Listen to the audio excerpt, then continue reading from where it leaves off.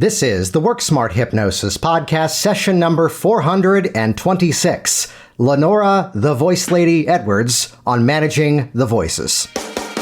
Welcome to the Work Smart Hypnosis podcast with Jason Linett, your professional resource for hypnosis training and outstanding business success. Here's your host, Jason Linett.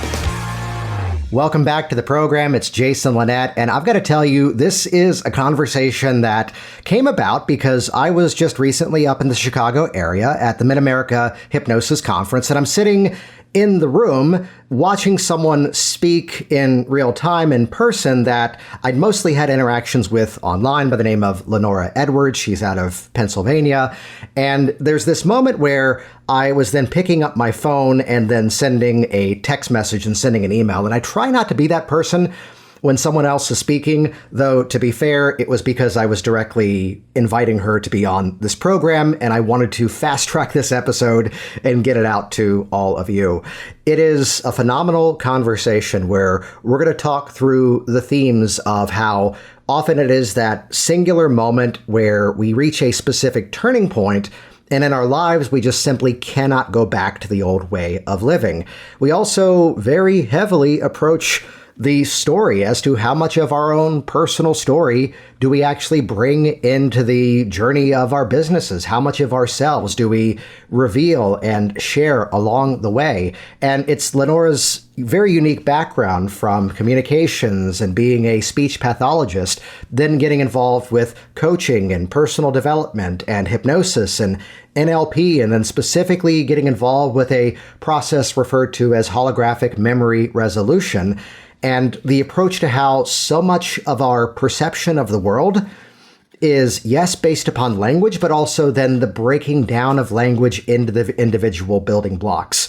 And for any of you who have perhaps done any work similar to this, or perhaps even in the category of submodalities, stay with this conversation because there's a gorgeous moment where we both kind of nerd out on the effective ways to ask questions to get the client to then discover the inner building blocks of what their experiences are, and not only to discover it for the insight, but also then to move out of it as well. So this is session number 426. So easy to track down the show notes of this week's episode. Head over to worksmarthypnosis.com/426. Put those numbers there. That'll magically redirect you over to the page with the player of this episode, all the written show notes, and then specifically, while you're over on Lenora's website, and I'm just going to keep this easy for you and just point you to one place, worksmarthypnosis.com/426. While you're there, take a look specifically at the ebook section, because in the midst of this conversation, she mentions that she co-authored a book on holographic memory resolution, and that's available for free on the page over there at the website. So go check that out. Grab it, read it. I'm going to do the same thing here as well. So again, worksmarthypnosis.com/426. That's where you can find all the resources associated with this, as well as the final revelation as to her business, DTB Horizons, exactly what that stands for, exactly what that spells out, exactly what that means. I just love giving you a reason to stick around to the end of the recording because it is a really, really cool moment there. And while you're checking out those resources, also head over to WorkSmartHypnosisLive.com. We've just recently announced the next live online interactive training and certification program. And I say training and certification because something that's unique about the Work Smart Hypnosis Live event is the fact that, first of all, there are two instructors. It's myself, it's Dr. Richard Nongard.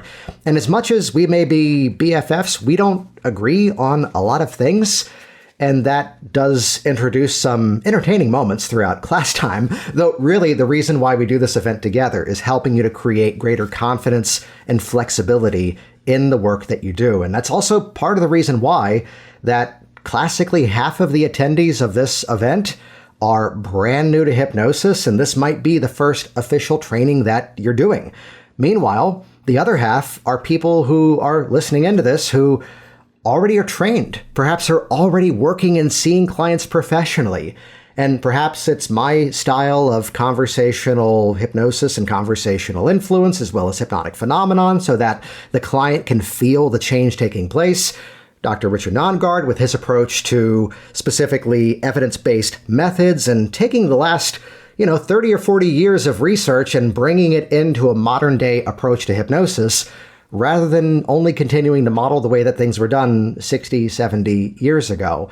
So this is how we bring in that split audience. So for those that are coming in fresh and seeking certification, you can qualify for that as part of the event. For those that want to get more consistent positive results and have more confidence in your work, this event is also for you. You can check that out, watch the video tour, and if you've got questions, we also offer a new student interview.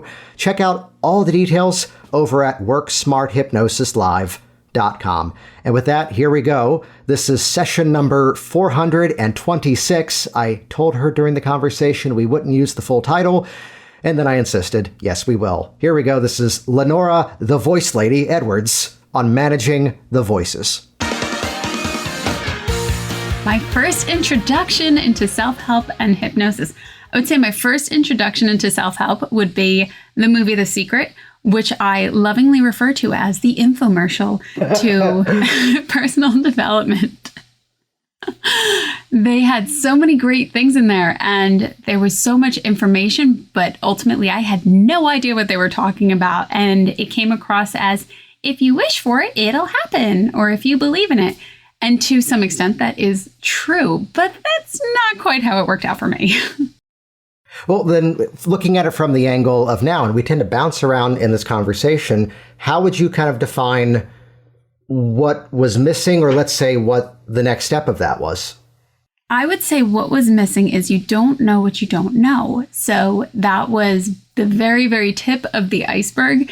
And the component of really starting to learn more about yourself and to find ways to trust yourself and to find ways to help yourself are the most important pieces that I really found to be true. And the self-help community, which I am giving a TEDx in December, so I'm super excited for this talk. And I am hopeful to somehow work in that the self-help community needs a rebrand of help yourself. It should be considered a smorgasbord of finding ways to truly help yourself. And in working so many different ways to help myself, and I looked into EFT and breathing and so many ways of truly trying to help myself, I found that they were great tools, but they weren't getting to the core of my problem. And when I was younger, I really experienced a lot of anxiety and an eating disorder that was ruining my life. And it came to the point that I was in the dentist chair. So I don't know if you know of anything about an eating disorder. Your teeth ultimately get a massive sacrifice. And I was getting my second false tooth placed. And I came to the conclusion of, there's something you don't know, Lenora. You need to find a way to change the strategy, something else. You need to reach out to people. You got to find another way.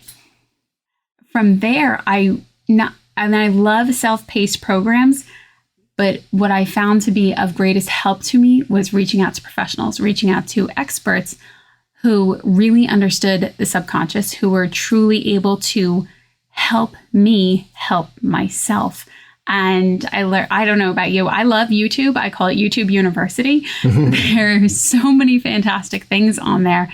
And when I started to reach out to professionals and I started to learn that my body was giving me cues that it did not feel that it was okay, that something else was going on. There was a reason for your anxiety. And when I understood that, it started to make a bit more sense. But ultimately, when I found hypnosis and NLP and holographic memory resolution, my entire life started to change for the better, thankfully. Yeah, and that's part of where we got to hang out briefly over at the Mid-America Conference up in the Chicago area. And this theme of how do we break down reality into these smaller components? How do we break down our perceptions? And it's to even go back to how this conversation began. It's not necessarily that, EFT on its own isn't quality, or this concept, which I love that you say it was a infomercial for the self-help space. It's the movie version of a lot of things from Napoleon Hill's Think and Grow Rich, which were also packaging a bunch of other previous sources. And he was in the role of the reporter in that book. So it wasn't necessarily stolen, as some would claim. It's like this was published with permission. Yet it's how sometimes we just need the concept of something or maybe the theme of something to move us forward, yet other times it needs to be a process. It needs to be an actual journey. Completely. I love that you said that. And that was a component that I didn't understand, that it was a process, that it was a component too. I thought when I was younger, I also thought, and I think Disney is responsible for this one, that I would go through I went through school, I got a bachelor's degree, I got a master's degree, and then I got married, and then there I would be in ultimate happiness. And I was very confused as to why this promise of ultimate happiness wasn't there. I didn't realize the things that I was experiencing throughout my life were contributing to my unhappiness, and that I was responsible for cultivating that happiness in my life and becoming the person that I want to be and show up as in this world, and that it is a process. And as much as it is a process, I want to go back to a specific moment that you just mentioned, though, which is, well, here's the theme that I tend to put out, that yes, the changes we create in our life are things that happen over time. Yes, there's a number of different pieces that then come together.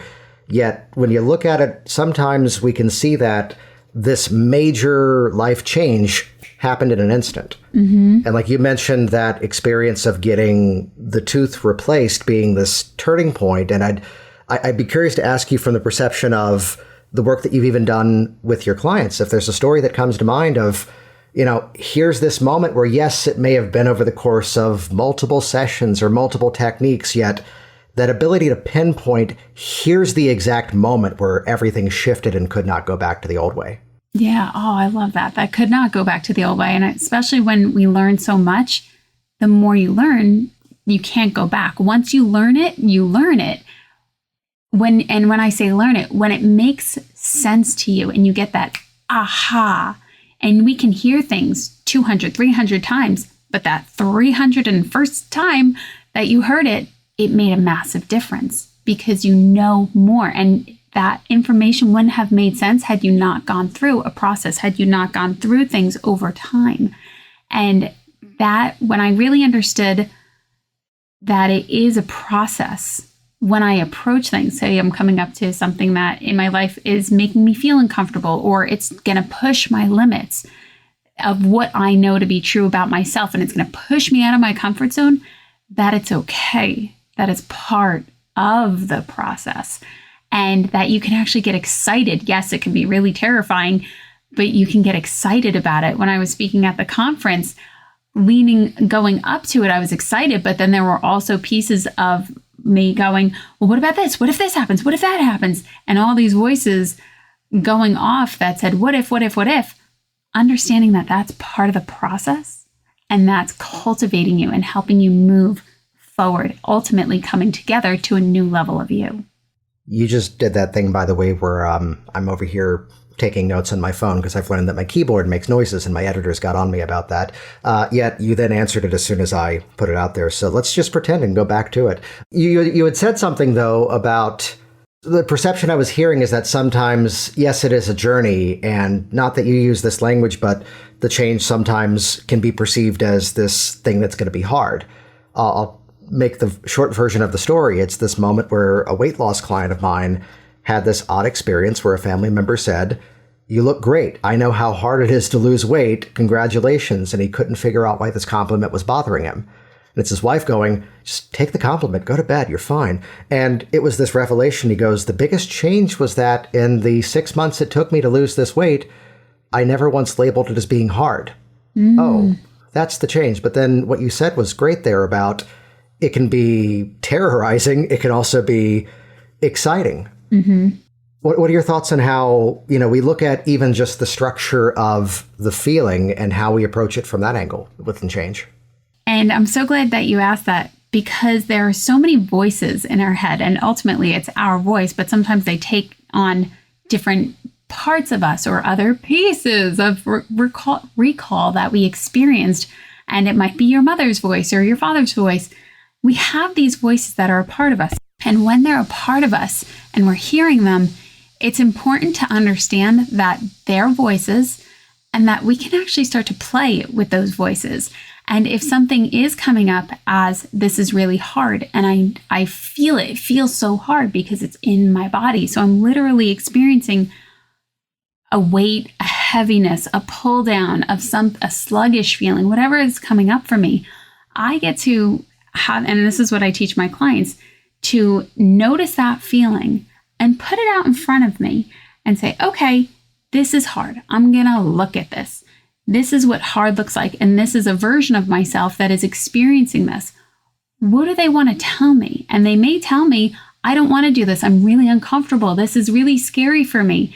And I can go, great, let's keep talking about that.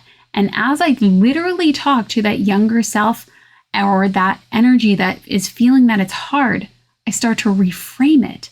And I'm also able to let that piece of me know that it's okay that it's hard and that they're being heard. But as I start to talk to it and say, that's okay, it's all right, we can do hard things. And I'm not yelling at it. I'm not criticizing it. I'm not judging it. And I'm not shaming it all the way down to nothing. I'm letting it come up. And as I can let that energy come up, that emotion come up, that it is hard, but I can do hard things. I can learn from this. There was something else in my life that was really hard. What else was that? When have I experienced this before? And notice what I learned. And in doing that, I ultimately reframe it to experience growth, to experience excitement, to experience movement forward, which is ultimately exactly what I want to be doing. I want to be taking that next step and moving forward.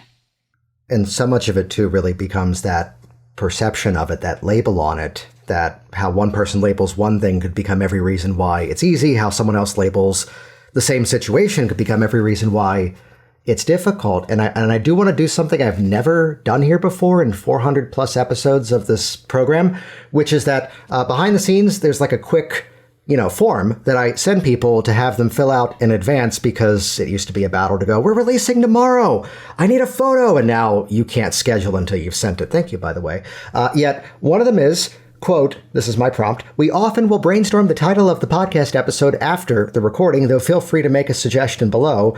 And you've brought us perfectly into this, and I have to read yours, which is Lenora, quote, the voice lady, end quote, Edwards, on managing the voices. And just a small warning, it will have to go out as Lenora Edwards on managing the voices, because I'm always trying to get the promise into the little span of space that we have on a podcast. Though, talk this through for us in terms of when you say managing the voices, like, first of all, how does that theme show up in the client work even to begin with? When they start to talk, and especially even as I'm starting to talk, we're always communicating. And in my experience, so I did 4 years undergrad and 2 years in graduate in the field of communication sciences and disorders. And I learned all about language, how we're communicating, how to clearly communicate, how a child learns language, and how to get that child to express themselves. So tons and tons about language. But nobody taught us that not only are we talking to ourselves, we already knew we were talking to ourselves, but that we can actually start to effectively talk to the language within our head. We can effectively talk to ourselves within our head, but also to the language that our body is using. And when I started to learn about holographic memory resolution, I knew that I was getting a feeling, but holographic memory resolution taught me that I can notice if this feeling is inside or outside of my body. Is there a color? Is there a shape? Is there a size to it? Is there a texture? Is there a weight? Is there a temperature? Is there anything else that I noticed about it? And when those questions come up, what holographic memory resolution taught us is that our body is speaking in a language it has created, and it speaks to us in metaphors, in colors, in shapes, in sizes. And the reason it's so important to notice that our body has language is because this is what we started to learn first. We didn't start to learn the difference between a fork and a spoon. That didn't come for a while. Our body was starting to learn its environment. And as we grew up, we continued to interpret our environment and build this language. Well, even to build on top of that, it's the fact that here's a time span of people before there was even language. And the ability to at least notice the difference of colors, notice the difference of feelings. It's bringing it back to that more, let's say, pure state where it's not the difference of this word versus that word. Instead, it's here's this feeling, and then here's what we can do with that. Absolutely. Absolutely. So when that starts to come up, when you notice that you have a feeling, there's a voice connected to that feeling. And that voice is in the form of a memory and how you experienced that. So what I personally do this, and I encourage my clients to do this, is talk to that voice. And this goes into a little bit of internal family systems. That memory has information for you. And if you're uncomfortable or if you're anxious and something's coming up, it has information for you. It's doing its best to keep you safe. This is a great thing. We're designed this way, thank goodness. But at the same time, to take that information and to learn from it and to move it forward. And that's where the beauty is in that voice, is being able to take that voice and that memory, what it's shared with you, and move it in a direction that you want it to go, and making sure that it's acknowledged, it's seen, it's heard, but also that it feels safe so that you can keep going forward. And you've referenced this as holographic memory. What's the origin of that specific approach to this? This work came from Brent Baum, who's a licensed addictions counselor, and he's been practicing this work for 20 plus years, and it builds on color psychology and somatic psychology and energy psychology, and it creates this beautiful hybrid that we can talk to our bodies. We can talk to our memories that are stored within our body, and our body is 100% memory. So especially the book by Bessel van der Kolk, The Body Keeps the Score. Before him, there was another book written, and it was titled The Body Remembers. And our culture likes to separate mind and body, but truly we are connected.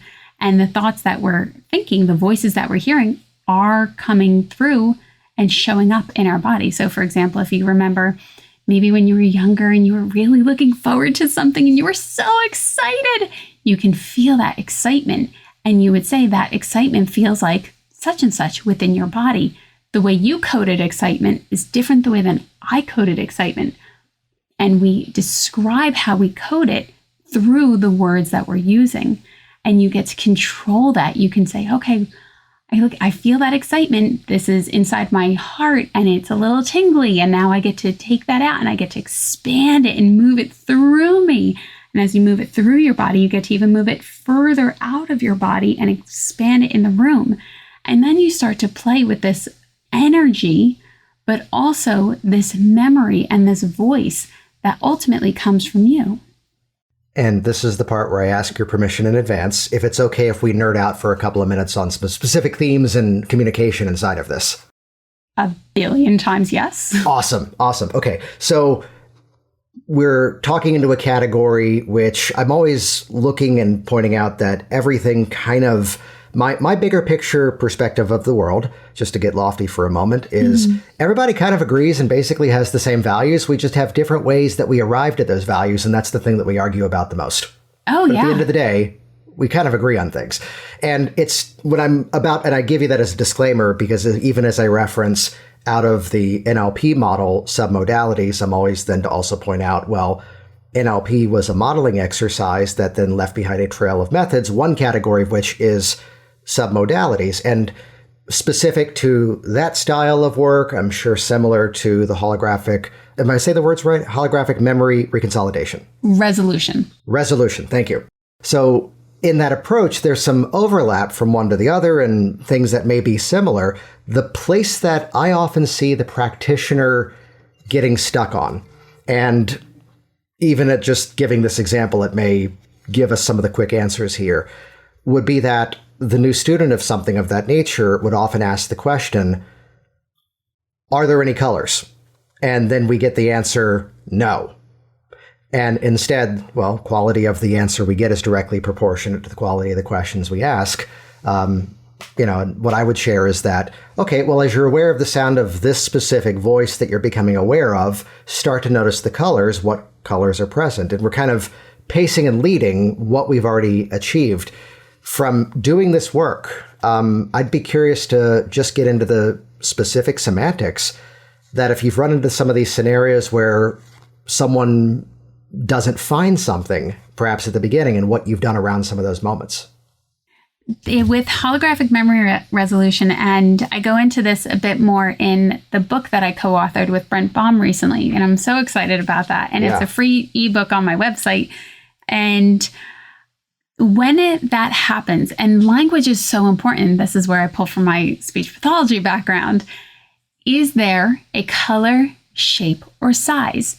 So in questioning that, and then the next question is there a weight, texture, or temperature? The reason it's worded that way, very specifically in this technique, is because the language is very clean.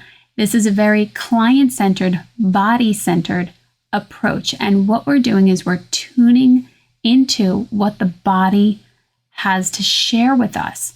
And when I ask those questions, if my client is having difficulty being able to truly pinpoint if there's a color, shape, or size, a weight, texture, temperature, if they're having difficulty with that, I'll bring them back through what I refer to as a safe place so that they can tune back into their body. They notice if there's any area of tension or tightness, but I will also then shift my question. Might there be a color, shape, or size? So adding that word might, and the power of this word might has completely shifted my life.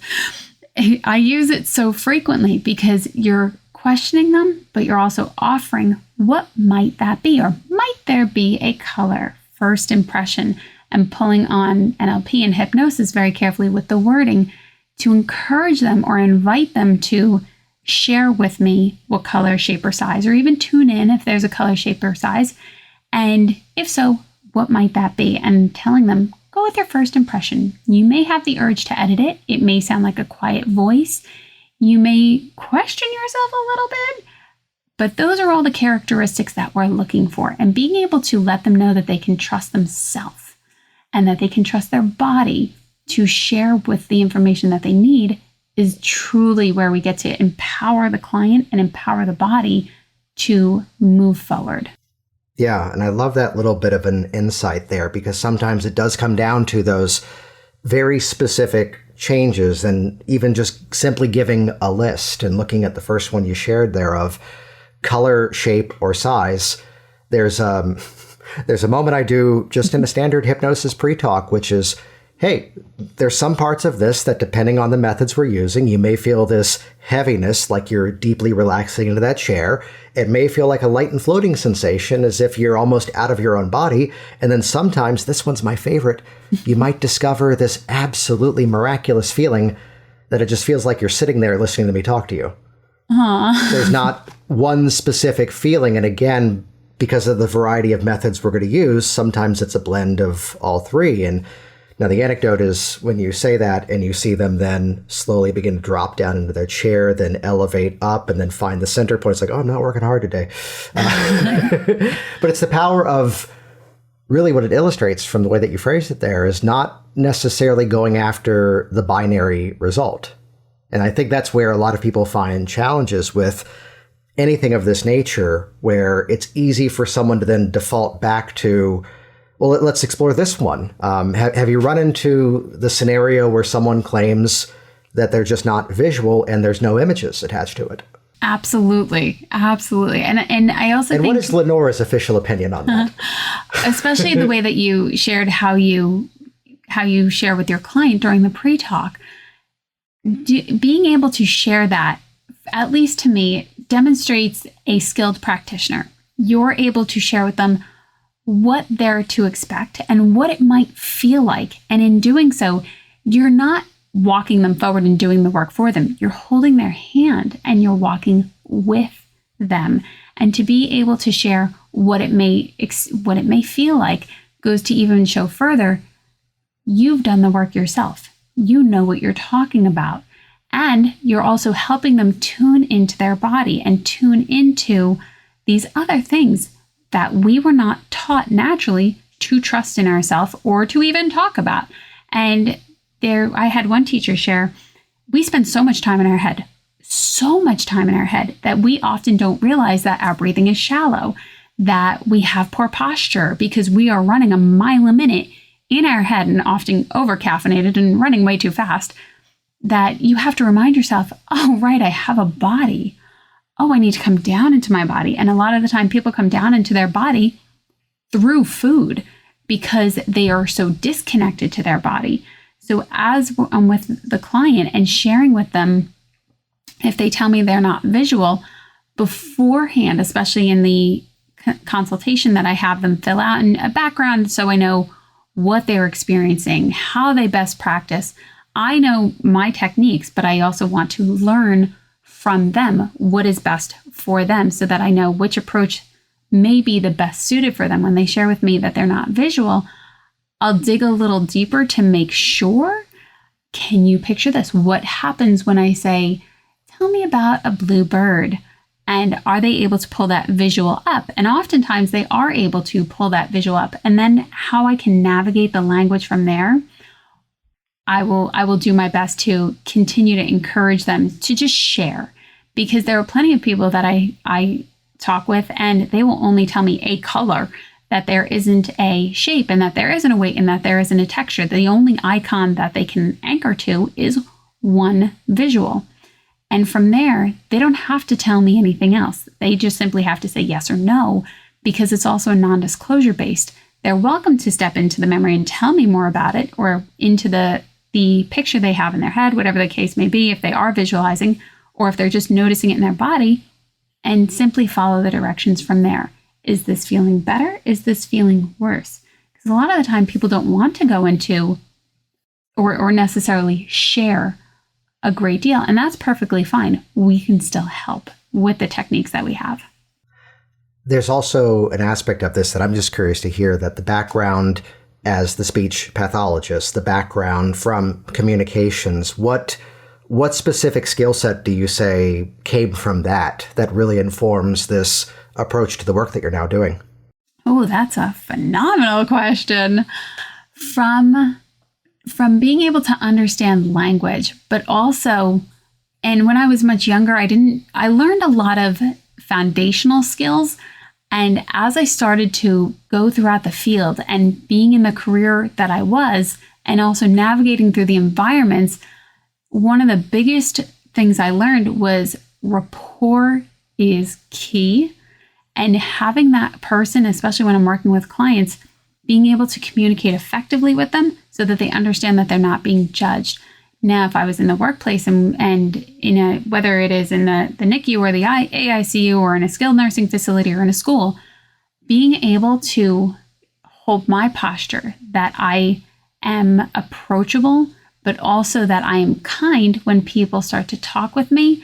And that's truly important. And this tone, this ability to be approachable, is something that I learned over my career from working with other people, but also through NLP and through hypnosis and through holographic memory resolution, to really have that approachability about you and let people feel safe when they're with you was a huge component, because you can be the linguistic god of NLP and hypnosis and you can say everything right. But if you don't have rapport and you can't connect with that person personally and sincerely, they will read that and that will stop the changes that they want to achieve. Yeah, it's one of those biggest elements that there's been times where it's been trying to figure out which is on file, which is on record, based on research, the most effective technique. And here's how so often it comes back to the quality of the rapport in the experience directly correlates to the quality of the change. And then, of course, matched with the ability to work with the person in real time. And like you said, listen to what they bring to it and learn from them along the way. And in the shape of all of this, is there a certain category of client you tend to find you're working with the most? Jason, these questions are phenomenal.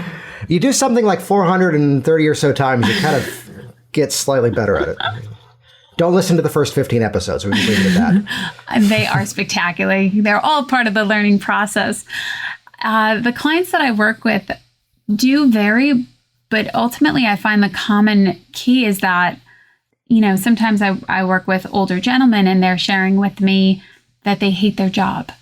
And that is what we like to refer to as the presenting situation. So as we dig deeper, what else is going on there? And they'll share with me a bit more about their experience.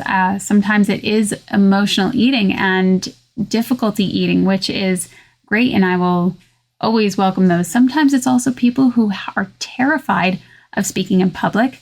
Sometimes it's performers who this is their career, but when they're on stage and working to get that audition, they're freezing. What else is going on? And I do find that it does go back a lot of the time to memories, and that individual is afraid to show up, or somebody had ignored them, or they felt abandoned. And to be able to offer that resolve, that they are okay, that they're safe, that they're seen. And when they understand that on a visceral level, their entire life changes. And I can honestly speak personally from that, because who I was 5 years ago is not the same person that I am today.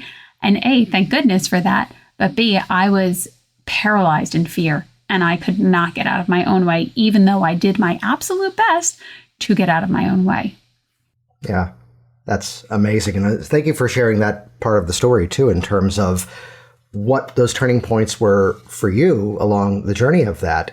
I'd be curious to ask, and this is something that many people fight over, struggle over, and it's more of an internal thing, that you've brought a lot of your own personal story and what you've gone through and what you've lived through, and I would even say come out of. How do you tend to make that judgment for yourself in terms of, because I would assume anybody who feels comfortable doing that, we also have a balance, and notice I just brought myself into that too. We have that balance of, here's where I can tell the story in this way. The audience doesn't necessarily need all the intricate details and all the various specifics, though I'd ask if that was something that came natural to you. That was not something that came natural to me. And I would often, anytime I tried to share, or even had you asked myself 5 years ago, tell people what's going on in your life, I would have sooner died, hands down. Would have never, ever shared anything that I've gone through, because I was so ashamed of it. I was so embarrassed by it. I was humiliated by it. And even when I had the person that was walking me through the HMR techniques and my coach, I had shared with them what I was experiencing only after spending about 16 hours of time with them beforehand in coaching time, because I would not expose this part of myself because I was so horrified by it. And even as I had shared it with them, I was gasping for air. And it was a very painful moment. And I would, again, even in that, had you asked me that day to tell this story to people, would have sooner passed out. The reason I share it is because I have now come to a neutral experience of, it's okay to share this, because I wasn't broken. I wasn't as horrifying of a version of myself as I thought I was. I was doing my best to survive. And ultimately, I want people to feel better. And I don't want to show up and say, yes, everything's great, and it's just say these lovely affirmations and you'll be fine, because that's not it at all. Being able to share also lets people know that they're not alone, and that they're these horrible things that we try to hide and we do our best to hide from people.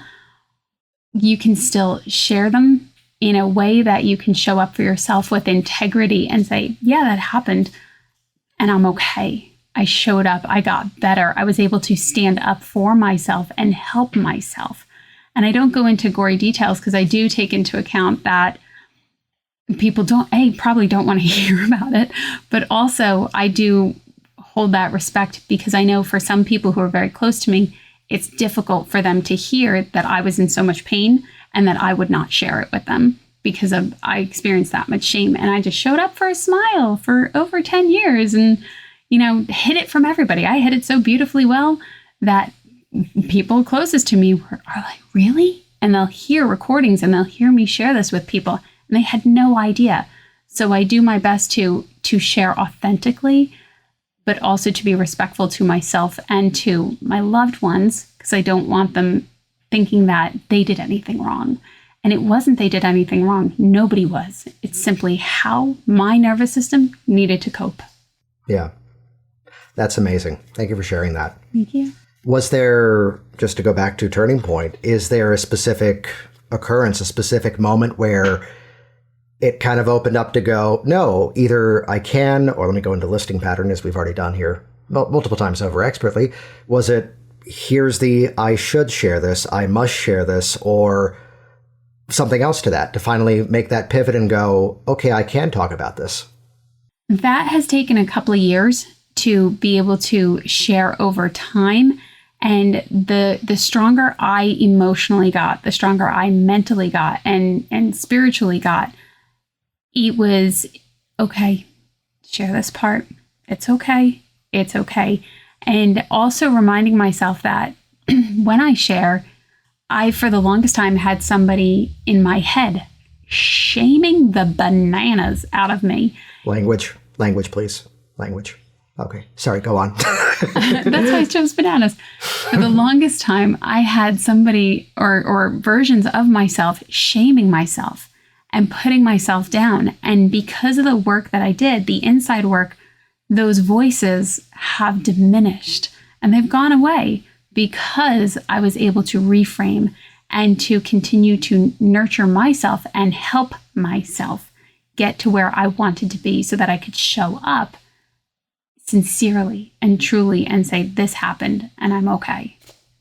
There's a couple of things that I wanted to highlight from what you were just talking about. The one being, I think, the biggest word in what you just shared was the word continue, because there's people out there who are fully trained and ready to dive in and seriously ready to start helping people to change their lives with the skill sets that we've been addressing here. And it's where they play the game. They tell the internal story. There's that voice that's saying, yeah, but people would think weight loss, and because I look this way, I can't. To which I've got both ends of the spectrum on that one. At one point when I was much heavier, okay, it's fair. Not necessarily polite, but I got shamed to go, hey, how can you help me? You've got more to lose than I need to. And then here's the couple of years later when I was into endurance running and there were the half marathon medals on the door, and it was fit shamed, which was, you don't understand what I'm going through. I'm like, let's find the before image. There you go. Oh, I'm so sorry. But it's the phrase that we don't have to be perfect as the practitioner. And that word that you used was just simply the word continue.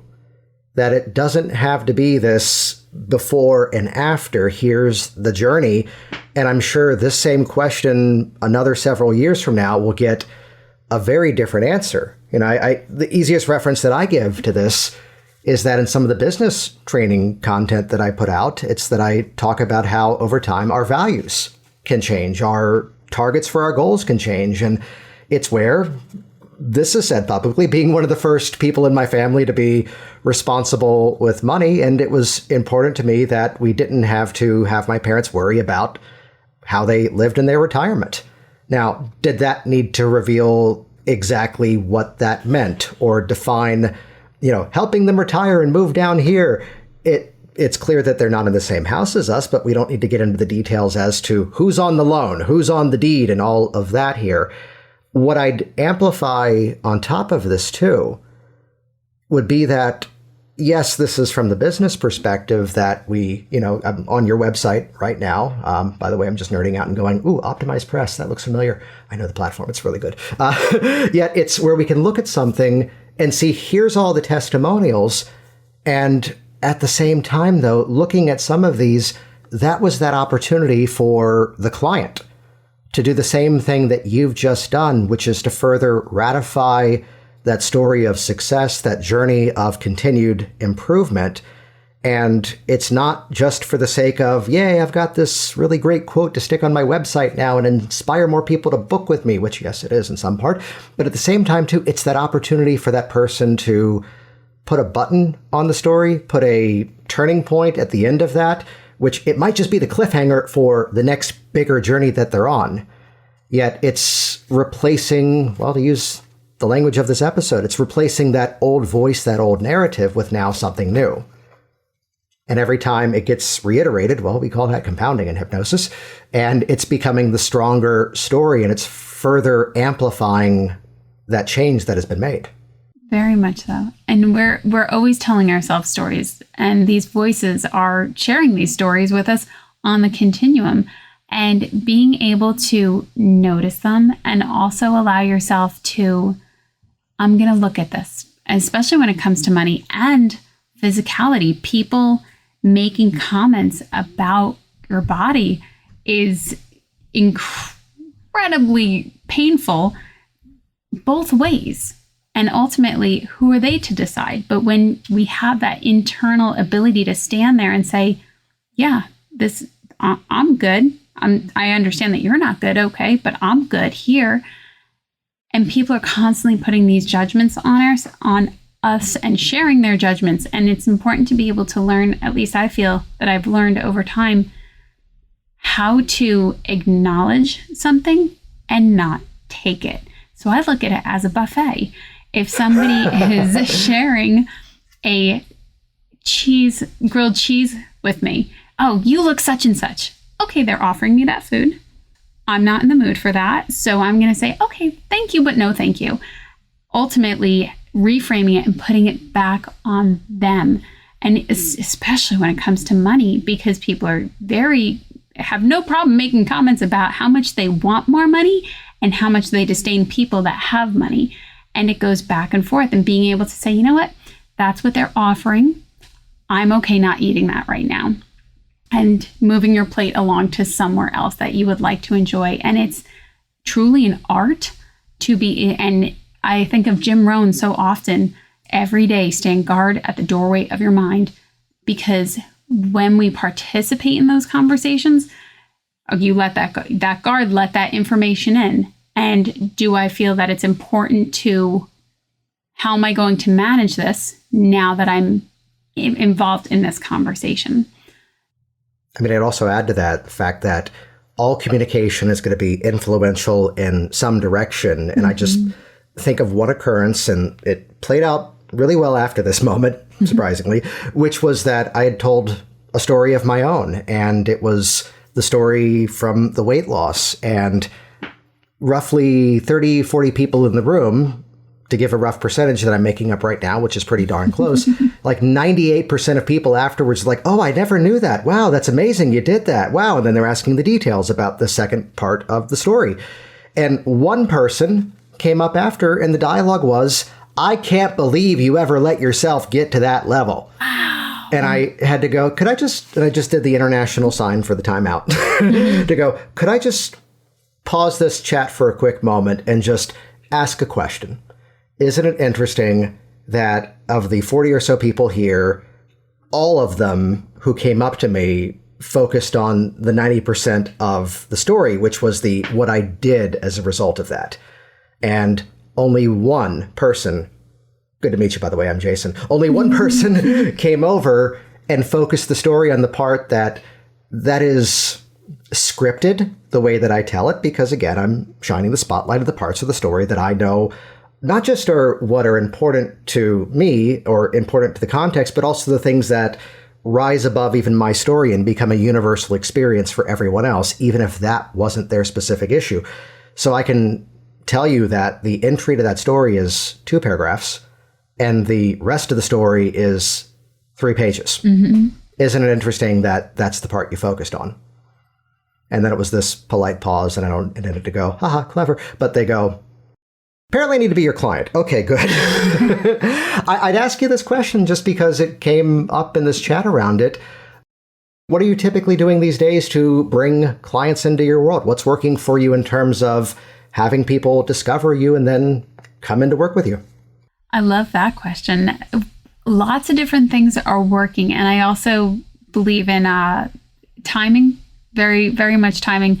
I find that the more people that comment when I share authentically, comment on my social media, will reach out to me personally. And when I get to actually participate in conferences and share and be in the room with people, I really enjoy that. And people are able to feel it very differently.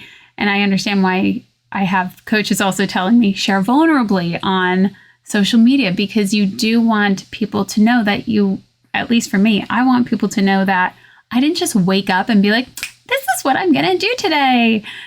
This is truly, I walk the walk, I talk the talk. I get how difficult things can be, and I just want people to feel better. Ultimately, I want people to feel better, and any way that you can feel better is a great thing. Okay, I wrote this down 43 minutes ago, and now I'm finally going to say it. Are you saying that the voice lady found her voice? Ooh. Boom. Mic drop, Jason. The voice lady did find her voice. Look at that. Wow. Love that. With that. This has been phenomenal to have you on for this conversation, and looking forward to sharing this with the listeners that are out there too. Where can people track you down? How can they get in contact with you if they'd like to learn more? I had such a fantastic time talking with you, Jason. Thank you so much for your phenomenal questions and your amazing insights. When people would like to find more of me, simply visit dtbhorizons.com. And DTB, what does that spell out? Ooh, do you want to guess? I'm going to guess horribly, so I'm going to refrain. That's okay. I keep track of what people like to guess. For me, DTB is determined to be. Whatever you are determined to show up as and to be as is entirely up to you, and I will do as much as I can to help you meet the horizon that you're wanting to achieve. Very nice. And we'll put links to everything over in the show notes over at worksmarthypnosis.com, where we'll link over directly to this week's episode. If you hear me frantically clicking, it's because I'm looking up the specific episode number. So worksmarthypnosis.com/426 is where you go. That'll just redirect magically over to all the details of this week's episode. And I'm looking forward to continuing this chat another time, of course, too. And before we wrap up, any final thoughts for the listeners out there? I had an amazing time talking with you. I believe I already said that. Keep going. Keep finding ways to help yourself, because you absolutely can help yourself. Not only is it your right, it is also your responsibility to keep going. Hey, it's Jason Linett. Thanks again for listening to this program, for interacting with our phenomenal guests inside of our private WorkSmart Hypnosis community, as well as keeping this conversation going with the rest of this incredible hypnotic industry. You can head over to worksmarthypnosis.com/426. That's where you can see directly how to connect with Lenora, as well as get a direct link over to check out that ebook that she co-authored. And stay tuned, because this episode is coming out in November, and coming up in December is when she's doing a TEDx talk, and we'll swoop back in. If you're listening to this, let's be conservative here. If you're listening to this episode after February 2024, that's a safe bet. We'll swoop back in and put the video link up there so you can check that out after the fact. Also, while you're on the web, check out worksmarthypnosislive.com. What's unique about this event is that it's taught by two people together who have seen thousands of clients on our own, still continue to see clients, and it's not an event based upon what worked 10, 15 years ago, and we haven't seen a client since. No, even as we continue to see our own clients to the day, it's helping you to capture exactly what's working right now in a professional hypnosis business in terms of the techniques and the methods to help people break through and create incredible changes, and share with you techniques you simply will not find anywhere else. So head over to worksmarthypnosislive.com, watch the video tour, and we'll see you in class soon. Thanks for listening to the WorkSmart Hypnosis podcast at worksmarthypnosis.com.